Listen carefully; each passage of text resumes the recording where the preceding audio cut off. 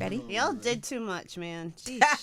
It's too much to talk about. We were just talking about that it's not like we're going to be able to cover everything. Not at all, right? So. But we're focused. Yeah. We are laser focused. Good. And our call was good yesterday. Oh, we had a great time. I can't wait to talk to you more about rice. And I probably shouldn't be really drinking that too much while we're... You're all right. Okay. What's up? It's Way Up with Angela Yee, and it's a Wealth Wednesday. So Stacey Tisdale is here. You got the heavy hitters in the building. We do have the heavy hitters in the building. Happy Wealth Wednesdays, everybody. And we have actually been killing it this Black Business Month. We had Courtney Adelaide, who created a $100 million business. We had Everett Taylor, who's now the CEO of Kickstarter. Last week was awesome to hear how Angela and Tony have done with Cup. But we figured we'd close it out with something really special. And we are just absolutely honored to have Mori, Russell-Atkins, and Deonte Atkins. Before I introduce them, I'm going to tell y'all a little bit about the Russell family. Her grandfather, Herman J. Russell, founded the H.J. Russell Company in Atlanta in 1952. It's just a tiny, small plastering business. Didn't think much of it. It has grown into now a $300 million annual revenue business, and the company has helped build some of the most recognizable American institutions out there: Mercedes-Benz Stadium, State Farm Arena, Hartsfield Jackson Atlanta International Airport, Smithsonian. You're in real estate. Your family's giving the community, just giving so much to the community. You have Rice College, which you'll tell us all about. Yep. And I just have to start by asking you, when did you start to realize Grandpa's a little different? That's a great question. I would say that started from really the time of me becoming an adult and going into college, and then the opportunities. It was more about the opportunities I realized I had when I needed a job, and we had multiple jobs for me to work at. Or, when I went to college and all of my friends were getting loans to go to college, and my grandfather paid for all of us to go to college fully, no loans or anything. So that's kind of when I started to realize wow, we really have something that I can utilize as opportunities as I grow and become a woman. Because you didn't live lavishly. He didn't live lavishly. No. We never lived that way. Never lived where it's we're flossing and this and that. No, it's just being able to build and then find opportunities that we're creating for others through our businesses. I saw, even as far as presents, what type of gifts were you getting for holidays and birthdays? Yeah, so that we were talking about that was very unique, that every year my grandfather gave us stock for Christmas. Mm-hmm. So, of course, my grandmother had the big bag of gifts, but my grandfather, it was always stock. And that stock actually started when we were born. So that is what actually paid for us to go to college. Wow. And even when I just turned the age of 35, that stock was signed over to me as, and there was still money in the stock. So that was something that was very unique, but it paid off tenfolds where I couldn't have even imagined. Thank you, Gramps. Yeah, thank you, Grandpa. Yeah, thank you, Gramps. I got socks. Now, you got socks. So Deonte, what was it like to, you didn't know this when you guys met. How'd y'all meet? So the funny thing is, we met, I was at a building that I was building out, doing the construction on, and a friend of mine came in town to visit, and he was like, you want to get something to eat? I'm like, I'm too dirty to go to a fancy restaurant, so we go to Hudson Grill. And they tried to sit me in the seat. I end up getting seated in another seat. 5 minutes later, her and another woman walk in, which I didn't know, but at the time she was entertaining a friend who just came in town and randomly called her and said, let's get something to eat. So when they came in, they tried to sit her in the same seat, and what caught my attention is because she's like, nah, I don't want that seat. I want over there. So when they sat next to us, the game was on. We started talking, and at this time I was on my spiritual walk. I wasn't trying to be in a relationship or date or anything, but that's how it always happens. Yeah. It's once you get with God, everything else will flow. Yeah. I started telling God, if it's meant for me to be, I honestly kind of accepted. If it's meant for me to be alone, I'll be alone. But what had happened to you? What put you on the path? What put you on the path? Wait, back up. I just felt like the women I were dating, I knew I had a calling in my life, and I knew God had something for me, and I knew that I was a single father at the time. I had a 14-year-old son, so I wanted to create that home environment for him. So what was happening was, when I meet women, I would start trying to say, okay, if they got a couple qualities, they can be that. So and it went bad. So, Okay. so I realized God, maybe it's because I'm forcing something. So rather than me try to force it, I'm accept your will. And if that's for me to chill, I'm gonna chill. So then I met her, and we hung out that night and stuff. We just went. They wanted to go have more drinks. At the time, I had a driver. The funniest story is, Okay. at that time, again, because I wasn't trying to date, I was like, well, I'm just gonna, introduce myself, and I had a building down the street that I had just recently acquired. So I was like, let me show her this building. So we go in the building. And she look around. She like, all right, this is nice. Can we go get them drinks now or whatever? Right, And like- I didn't realize I was trying to. I don't want to say show off, but I was happy of my accomplishments. I didn't know I had met someone who watched a man accomplish far more than I want to or that I had. You know what I mean? So that's how we met. We met through God. That's so interesting. So you just struck up a conversation and then said, come see this building. Well, yeah, and I was actually entertaining, at the time, she was the CEO of LAX, Deborah Okay. Flint. So I was entertaining her. I love it. And I was focused on business. And, I remember he was kind of asking us, what do you do? We're like, oh, we're in the food business. Not So they really. work at a restaurant. I was like, okay.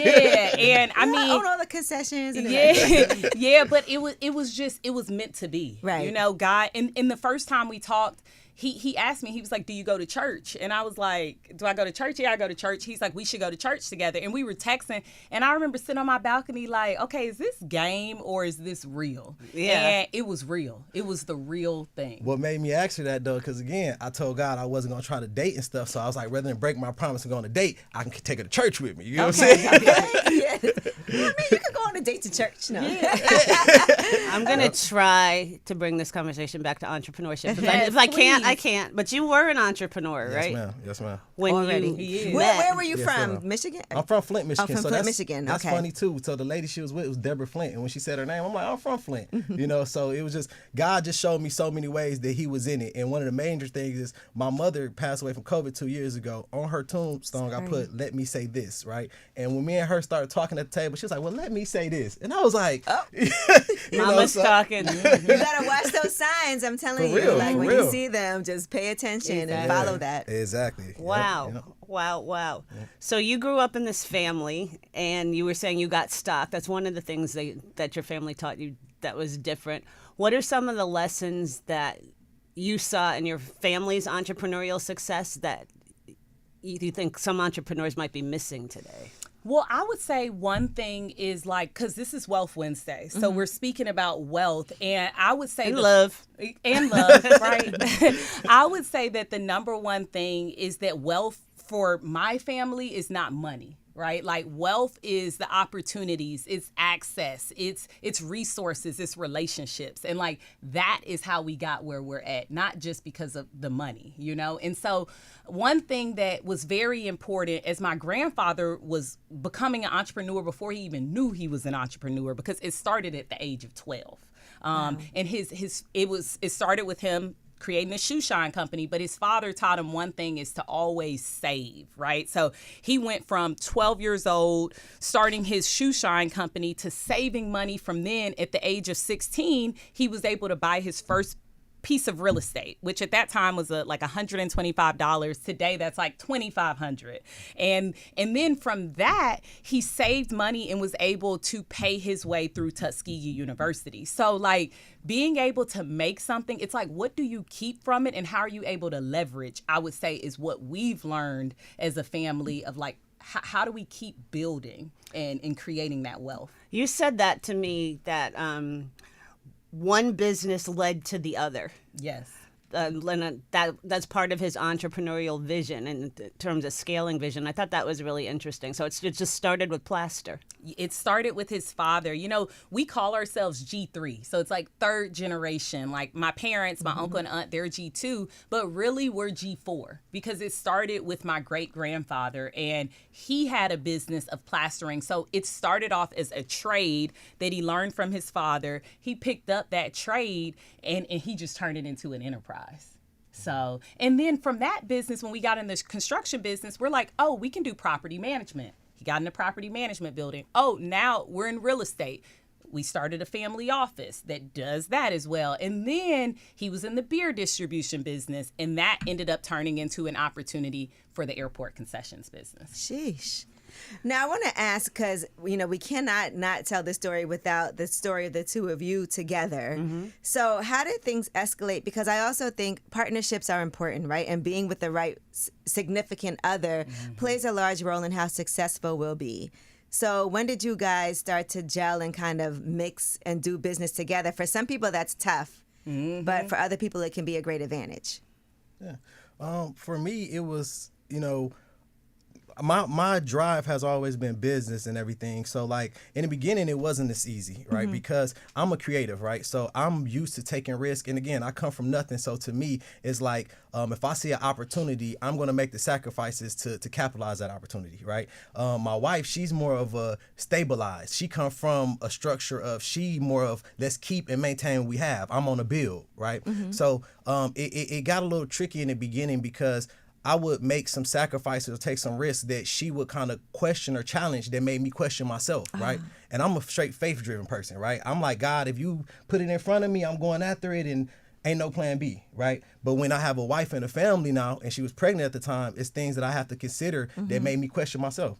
So I say that we got around that, though, thank God, when a lot of the decisions I made started to pan out in a great way. You said thank God. I say thank God, Hey, and looked up when you said. Yeah, absolutely. Because, it was times that, and I again, thank God for my maturity, because it was some things that women can say some stuff sometimes where they don't mean what they say or they don't realize the weight of what they say. Right. But a man carry it and that becomes a check on the mark. Like, okay, hey, look, I've grew up with this I'm going to show you mentality because my father was never in my life really, right? So when people would doubt me or not believe in me or just not, like if past relationships, if we break up, I feel like who would break up with Jay-Z? You going to leave me and you must not believe I'm going to be who I said I'm going to be. You know what I mean? Beyonce. Yeah. Hey, bigger than Literally. Beyonce. Bigger than Beyonce. Wow. Yeah, but I think we both had entrepreneur endeavors. Yeah. I just think what I was able to see is like, oh, whoa, I thought I was an entrepreneur. Like, I wasn't even taking some of the risk it takes to be an entrepreneur. And I think it's something we've discussed too. It's like, when you're born with a full plate, you're not as hungry. Yeah. Now, I have a hunger in me, but it's different from somebody who comes from nothing. From building it up all from... Yeah. Like, he's not afraid to lose it all. I can't even imagine, but it's just interesting, this dynamic and what those conversations and sometimes arguments could be like, because you are having to look at somebody who came into this, both successful, but both at different ways of attaining that level of success. And so I'm just saying that's, a balance in itself. It's a work. For my entrepreneurs out there, I want to tell a quick story that so it was a property that I was pursuing, right? Now, again, I come from nothing, so I leverage things, I'm a creative, right? So I'm the kind of person, it could be a building that costs $5 million. I'm like, I'm gonna go buy it, babe, we only got, you know what I mean? Like at the end of the day, I'm going to acquire the things that we need. So it was a risk that I took when I put some money up to acquire a property, and it was a chance it could have all fell apart, right? So I remember her saying something to me that made me question myself, but thank God it all panned out, and I bought that property for 1.6. That property appraised and off worth 5.1. You want to know who was the first person calling everybody and telling everybody? But it was a good thing though. Bae. I said she looking at me like I'm saying something wrong, but I'm saying that because it might be other entrepreneurs out there, other men that they wife might not see the vision that they have, right? And they that's might really debilitating. But what did you say when we first met? Like, because you're kind of saying this, but I think that they're... Well, no. Yeah. So don't let me get it I know twisted. he told me that you got him because you believed in him. Don't get it twisted. I'm not. So let me take it back there. My wife has always believed in me, right? It's a difference between believing in somebody and still I don't want to use it fear, but it's the stability that you're used to, and not Just your taking differences, those bigger risks, because it is still a risk. Yes. Right. Yes. And so to be clear, any type of investment like that is a risk. Like nothing is And I guaranteed. think that's the healthy balance of a partnership. Right. Like, you've got to have the one that's out there being creative, and you got to have the other one out there like, okay, let's have our checks and our balances. Absolutely. So that's a healthy, you got to, like, if you got two people people that are creatives just out there. It's like it's a great balance that you have. Challenging. Taking all the risks. And the creative can't let the balance stop them from being creative, though. You know what I mean? Because with purpose comes disruption. So just because you say, hey, look, I plan, I got this vision, and some disruption come, don't stop that purpose. You know what I mean? Because I wouldn't be the man I am right now if I would have adapted to her way of thinking. You know what I mean? When we got together, we had to merge our way together so we could be where we are. Deonte, how did you feel when you found out who she was? It was the funniest was the first hint I got. I had a homeboy that been in Houston, Atlanta for like 20 years, and I know him for 20 years. But we was sitting one day and her name popped up on my phone and it rung, and he looked at me. We can't cuss on radio, right? Go ahead, he looked at me, and when I got the phone, he was like, he started looking baffled and started shaking his head. And I was like, "What's up, bro?" He was like, "How the fuck you come to Atlanta and pull a Russell?" And I was like, "What's a Russell?" I'm like, and I still didn't know. One day after she got pregnant, we laying in her bed and we just chilling watching YouTube, and she say, "Oh, that's my grandfather on the documentary." And you didn't know? I had no clue. That's crazy. You still didn't tell her? Well, you got to think because he's from Flint, so you know he doesn't know. You need to Google her. Wait. I didn't know why to. I didn't know why to. But it doesn't really, like, you know, it is so amazing what my grandfather has built and what he's created and what the second generation has been able to maintain and continue to build. But like, what's most important is what we're continually building today, right? So I never like in humble, like integrity and being humble is who we are as a family. You just don't talk about it. And a lot of families. I'm not like, oh yeah, like no, like what are we doing today? But you know, people sit around and talk about family, how they grew up. It might come up at some point. Ultra wealthy families rarely do, though. I know what you're saying. Yeah, it's like you don't have to, like, when you really have it, you don't have to be out here like, yeah, I got it. Like, Well, no, the one thing she did do when I asked her, when she asked, I was like, I'm from Flint. I was like, where you from? She was like, Atlanta. I was like, oh, you from Atlanta? She's like, I am Atlanta. And I you are Atlanta. And I didn't realize. Ask about me. Mori, how is it with your family now? Like, because like you said, you guys are fourth generation?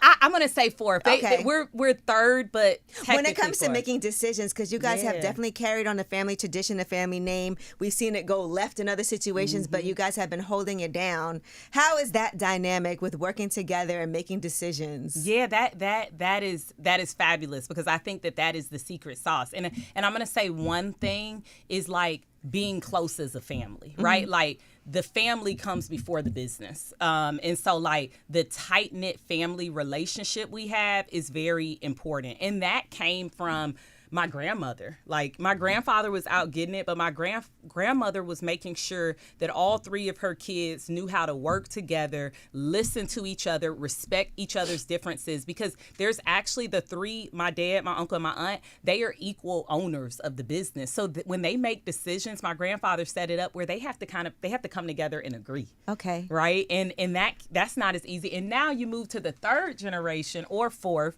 that is 8 different people. So what I do is I also work with our family office as kind of like your G3 liaison. And so I have like, basically every month I have a family call. So spouses, everyone, we come together. And then on the following month, I have calls with G3. And that's around family togetherness. It's around our business. It's around our foundation. And just make sure everyone is up to date on things.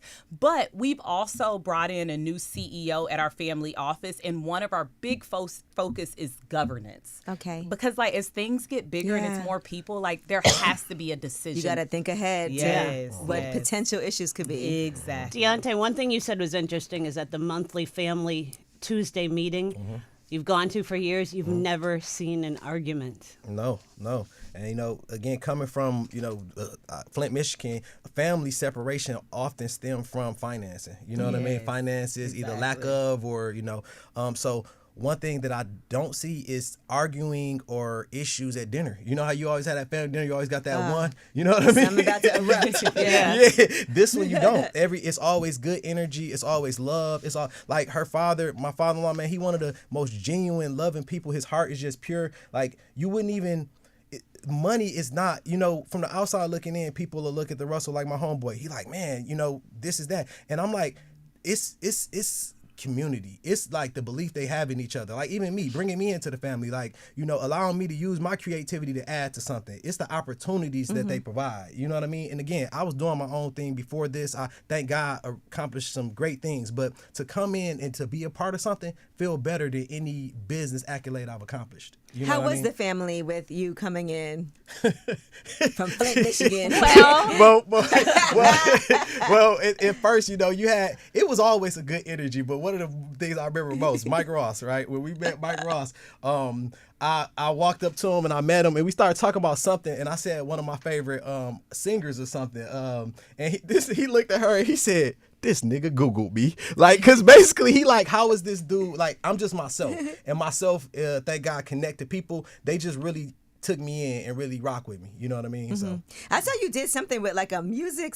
People can do music in the yeah, airport. yeah. Can you talk about that? That's a newly launched. Yeah, Creative. Bites and Beats Yeah. in the Atlanta airport.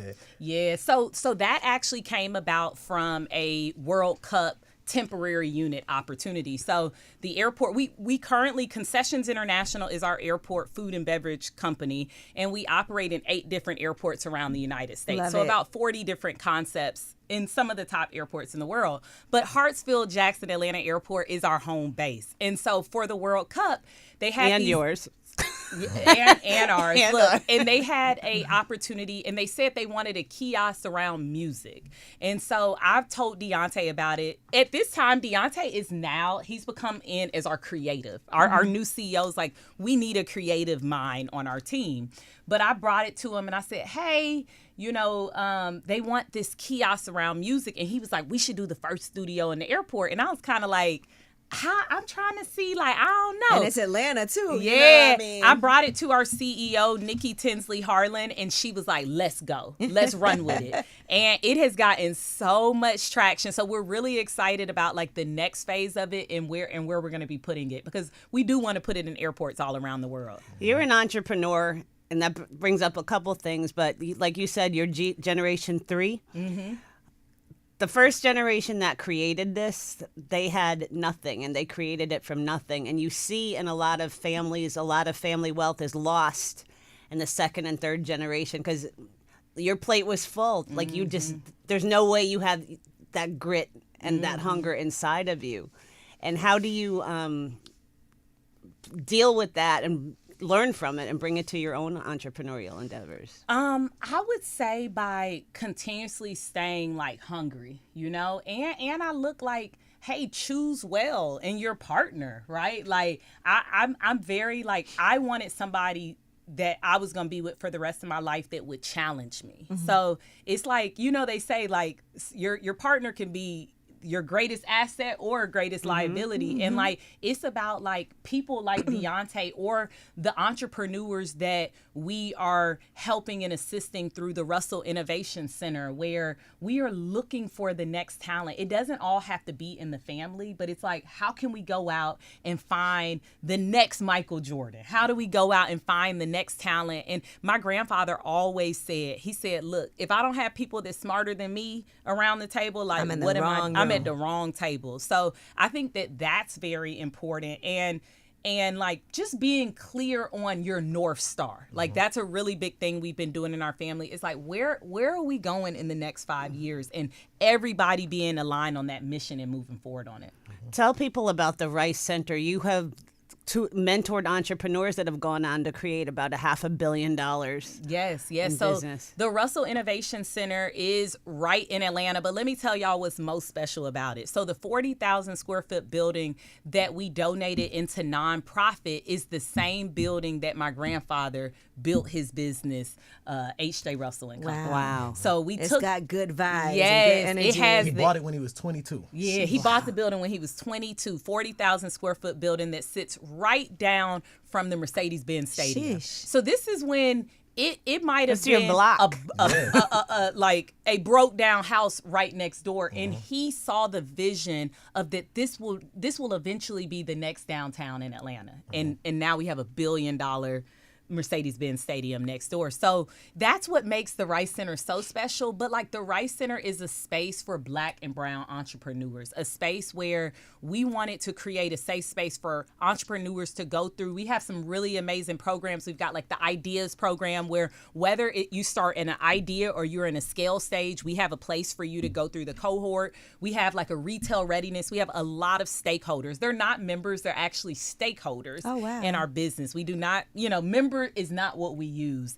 And we have a lot of stakeholders who have are in Walmart, in different stores. We also have used stakeholders at Rice to bring them in the airport concessions business through product agreements. So it's like a full circle moment, but it is a very special place. It's an amazing facility too that if you get a chance, you gotta check out. Like when you walk in, it pays homage to Mr. Russell, because since he was a plasterer, there's this monument as soon as you walk in that I'm a creative, so I love art stuff. So he's plastering over negative words and just darkened out, and then lit up words on the other side like I can be great, and words like I can't, and it's the building is utilized so great that it inspires you in ways other than just entrepreneur. It inspires you in ways to just be a better person.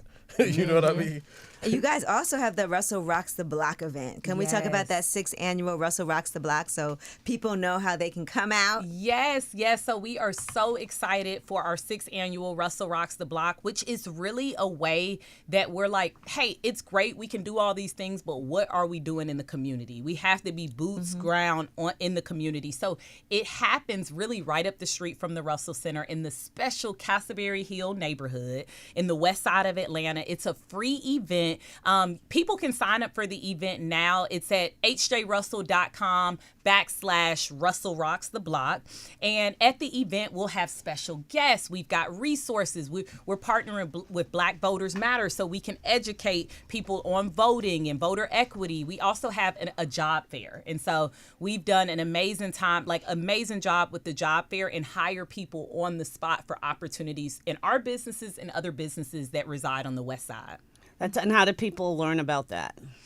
So they would go to hjrussell.com/Russell Rocks the Block, or you can follow us on Instagram at Russell Rocks the Block for all the details. So y'all have done so much for entrepreneurs. You're doing so much for the community. I want to talk to you for just a minute. You're an entrepreneur yourself. And we were talking about what we're trying to do this month is to get entrepreneurs to think bigger, Black entrepreneurs, and think about scaling. What are some of the things that you learned from your family about scaling, and how did you, I know you struggle with that a little bit in your own entrepreneurial thinking. Yeah, and I think that's a big thing is I come from this amazing family. We have these amazing businesses, but we are still building something of our own. So we utilize it, but we still have to be the ones to figure out our systems, our processes, how we hire, what we want our brand to represent. But what I can say that I've learned from my family is the system and processes that have been in place where we have a business 70 plus years later, or Concessions International that's been here for 47 years. And it's the people. The people is kind of the number one thing, how we treat people and how people show up for our business. So, we have so many employees that have been with us for 30, 20 years. And I think that is a big secret sauce, is being a company that people want to work for. Yes, that's amazing. That's amazing. Can I do my Angela Yee impression? What? As we round out Black Business Month, Mori, Russell-Atkins, you have the last word. No, but honestly, this has been amazing just to see how you two have really balanced each other out, but also everything that you said, I think, I have one last question as we end this, though. What role does politics play? Because we're talking about voting and making sure that people are getting out there. Atlanta is always, the state of Georgia. We're always looking at what's happening there as well. So when it comes to voting and supporting different candidates, how do you guys look at that? I think that it's important. One thing my grandfather did was he used his economic power to help things like the civil rights, right?